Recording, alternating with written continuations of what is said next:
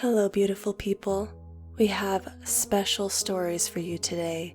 4 chilling ghost stories. Enjoy. Can cats really see ghosts? My cat has been seriously creeping me out, and now I'm stuck in my room because of it. It started in the morning when my cat Pixie started to stare at one spot in my mom's bedroom. She would look at that spot before looking around as if something was moving. I casually made a joke about cats being able to see ghosts, but that was highly unlikely. Or was it? Nevertheless, my mom and I made the effort to move her bed and drawers to hoover the spot behind it as it had grown a large collection of dust. All the while, Pixie was behind and looking in that corner. It stopped for a while and we went on with the day.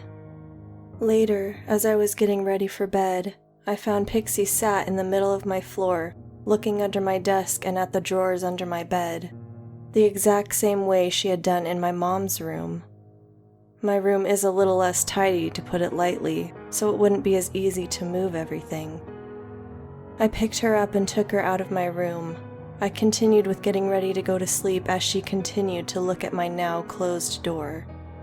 I went to go back into my room, and once again, Pixie tried to dart back in. I quickly closed the door too much for her to try to get in, and put my foot in the way, to which she responded by trying to scratch it. Now I sit in my bed with Pixie meowing and scratching at the door, trying to get in, and it's seriously freaking me out. Because occasionally, not very often, I hear a noise from inside my room, like something dropping. Could it be that my cat can see a ghost that lives within our house? Or is it just the typical case of a cat being stupid? I haven't talked about this with very many people, except a few friends over beers late at night. But I figure it's getting close to Halloween, and there's no better time than now.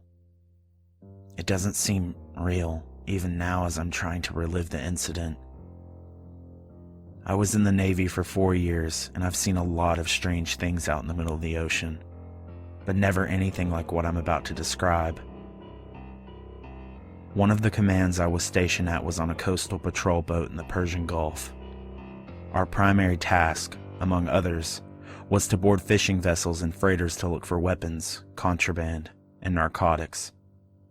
For security and privacy reasons, I won't reveal the vessel, crew members, or command names. One July evening in 2015, we were sailing in the northern portion of the Gulf off the coast of Iran. We received a distress call from a freighter around 2200, or 10 at night, stating that he had spotted a fishing vessel not under power, meaning it isn't being driven, and drifting in the middle of a fairly populated shipping lane. He also stated that he had seen no lighting, signals, or ship's crew, which led him to believe it was abandoned. We took down the coordinates and arrived in the area a half hour later.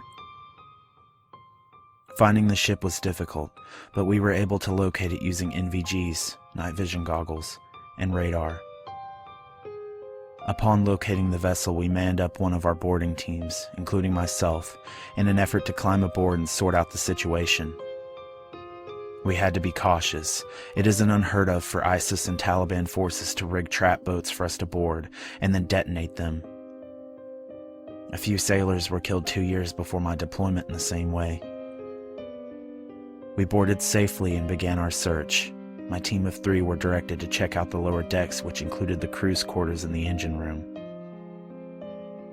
We didn't find a shred of evidence that any people had even been living on board, which is extremely strange. I've boarded a lot of boats, and most of the time these guys live on these things for weeks on end. And to be brutally honest, they don't smell very good, and are usually pretty messy because of the lack of fresh water for bathing, cleaning, or going to the bathroom.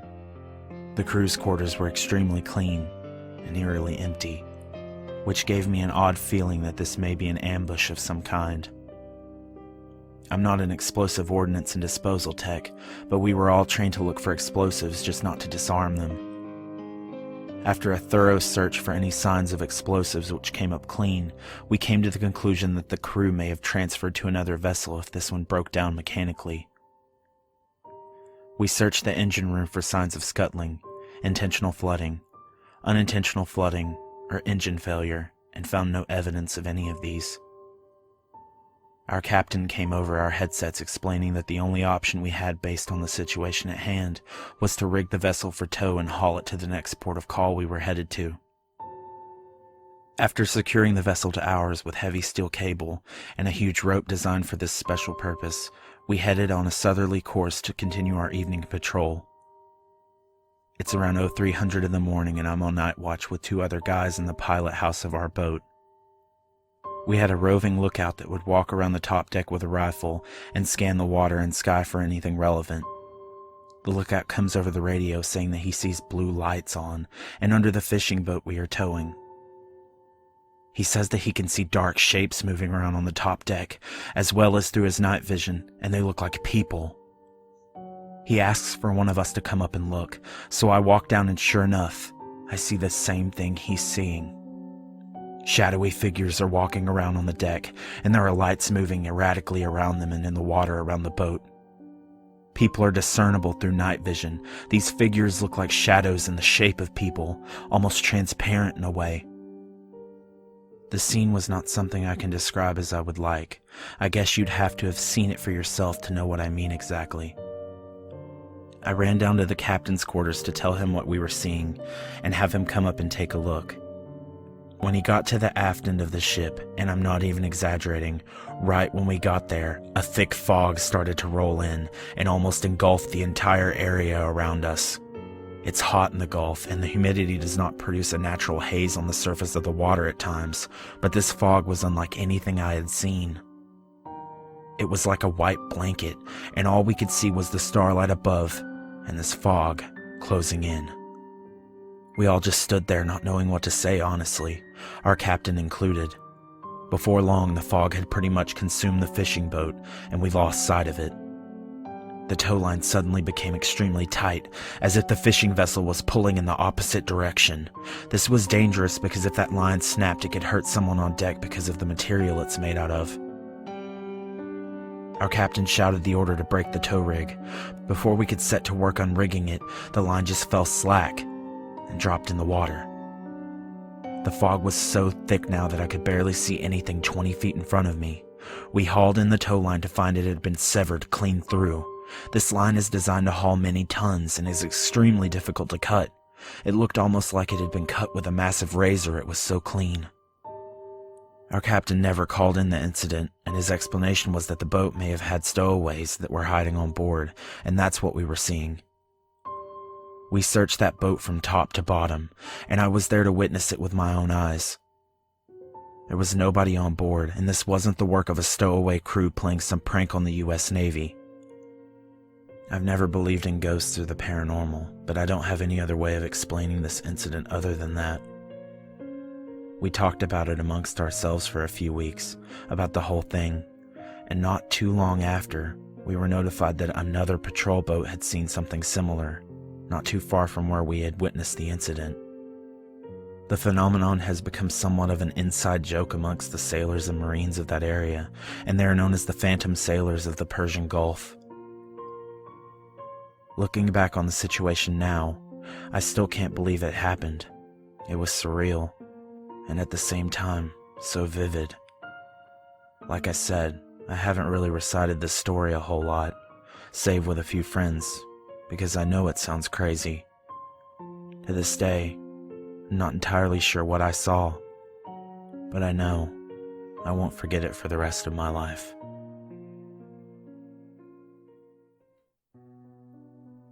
The house. This house, it felt normal at first, but the farther I ventured in, the more distorted the reality of the place became. The walls were too clean, but even the bleach couldn't remove the memory stains. They penetrated far too deep. The overhead halogen lights flickered slightly, and it was silent enough to hear the energy pass through them. The sound of it, although faint, was enough to drive anyone past the brink of sanity, and in this place, it was a fine line. The feelings of other began seeping into me. I started to feel something inside of my chest, the same thing I always feel when an entity is close by, subtle at first, then pulsing with urgency. I entered the kitchen and the hairs on the back of my neck stood on end. I could feel her. She was just inches behind me, and I could feel the heat of anger emanating from her like a sun blazing from within. I couldn't move, fear paralyzing me. I felt her eyes drill straight into the back of my head. Finally, I broke through the fear and reeled around to face her. She stood before me, this once woman. Her brown hair atop her head in a tousled braided bun, her facial features muted like a worn old porcelain doll. She was dressed in a long, flowing velvet and lace gown, and she hovered, her bare feet limp, inches from the ground. Her eyes like black voids. I tried to gasp, but she stole the air from my lungs. I couldn't breathe, and as I stared up at her, I could feel my life draining from my body. At last, I broke free of her grasp. I ran from the kitchen, trying desperately to get out of the house. I could feel them all now. They were everywhere in this place, and everything in me said, "Get out now." I ran down the long, wide hallway, trying every door I came upon, but I was lost in this labyrinth of a house. The hallways changed every time I tried to escape. The vengeful spirits had no intention of letting me go. I could feel their hate, pure black and soul deep. I could feel it in every cell of my being. I enter room after room, but to no avail. Things are flying off the shelves, doors open and slam over and over again, creating a deafening cacophony. The walls shake, and I can't find the exit.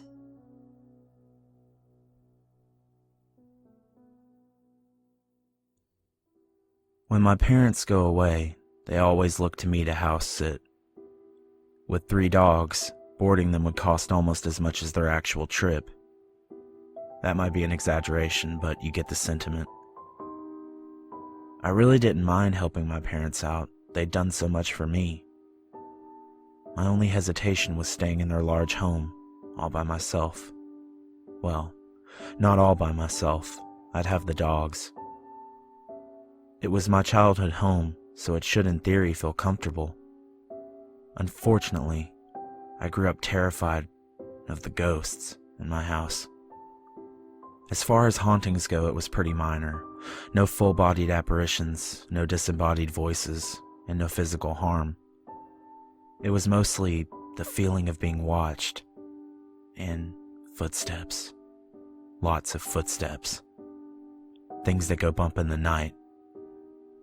Despite getting up to investigate under my bed and in my closet, I never found anything. No green monsters hiding anywhere. When I was younger, I let myself get carried away with the idea of being haunted, but I outgrew those fears. There's no such thing as ghosts. My arrival at my parents' was met by a cacophony of barking, the dogs clambering all over themselves to be the first to greet me. Even though I didn't believe in ghosts, I was still comforted knowing that I had the dogs for protection. If ghosts did exist, animals were supposed to be more perceptive to their presence. They'd let me know if anything was amiss. It was a moot point, however, because ghosts do not exist. I settled in, raiding their cupboards and turning on Bob's Burgers. Cable was a luxury I did not have at home. I was foolish to have any trepidation about house-sitting. It was about 9 p.m. when the footsteps started. They were coming from upstairs. I glanced at the dogs, all curled up and snoring soundly. Get a grip. There's no such thing as ghosts. Saying it out loud made me relax. The sound of my own voice cutting through the tension. Talking to myself out loud seemed so silly that it distracted me from the footsteps. I was slightly surprised my voice didn't rouse the dogs from their slumber, but they were lazy mutts most days. It was 9:15 when I heard a closet creak open.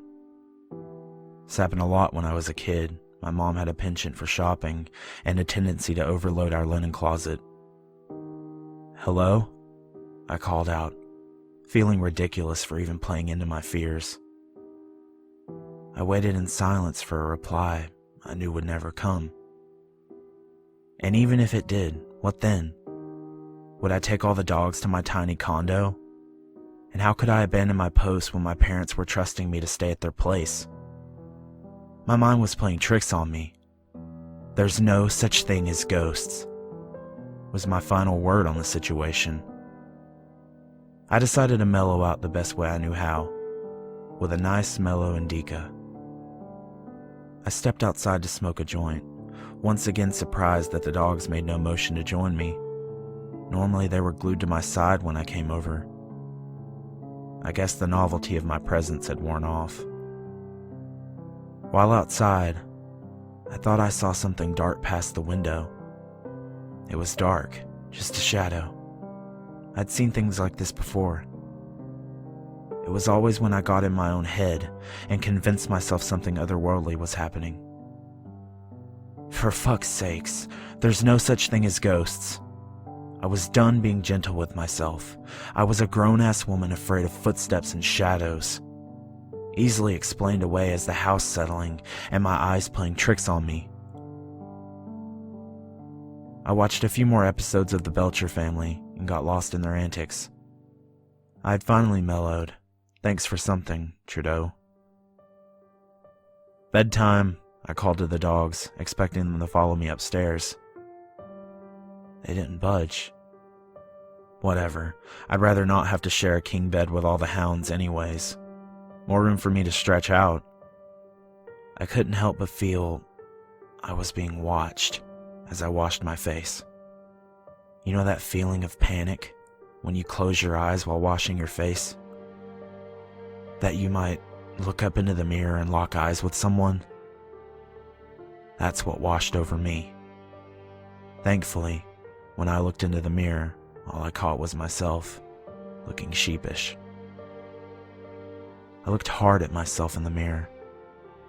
There's no such thing as ghosts. I laughed at myself.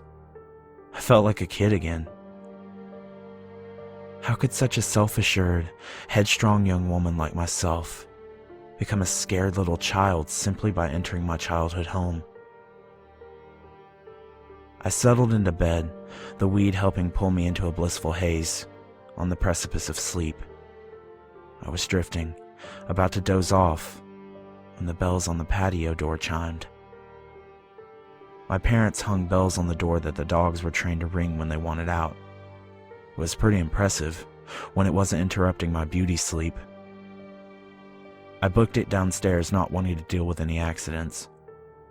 To my surprise, all 3 dogs were exactly where I had left them. The bells must have rung from the wind. I trudged up to bed, turning off all the lights as I went. I settled into bed once again, determined to sleep. I started to count sheep, and was once again awoken by a jarring sound. It was the sound of the bedroom door creaking. I had left it ajar, knowing the dogs would eventually join me. I felt the dog climb on the bed, just one of them. It must have been Stanley.